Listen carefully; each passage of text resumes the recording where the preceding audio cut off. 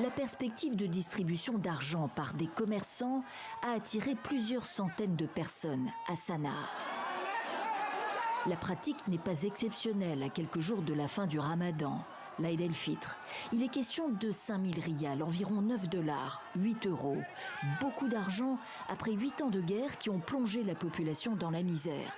Et beaucoup trop de monde pour l'exiguïté des lieux, une école de la vieille ville. C'est le chaos. Masira Télévision, la chaîne des rebelles houthis qui contrôle la capitale, filme la scène.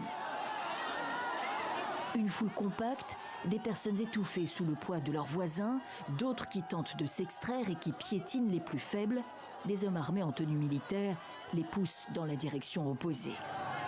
85 morts au moins, plus de 320 blessés, dont 50 dans un état grave, parmi lesquels des femmes et des enfants, bilan toujours provisoire. Les autorités houthis, venues grouper, déplorent un événement malheureux. Nous devons faire en sorte que cela n'arrive plus jamais. C'est une grande tragédie. À ses côtés, le président de la plus haute instance judiciaire du pays. Ce qui s'est passé est regrettable. Les autorités ont pris la situation en main.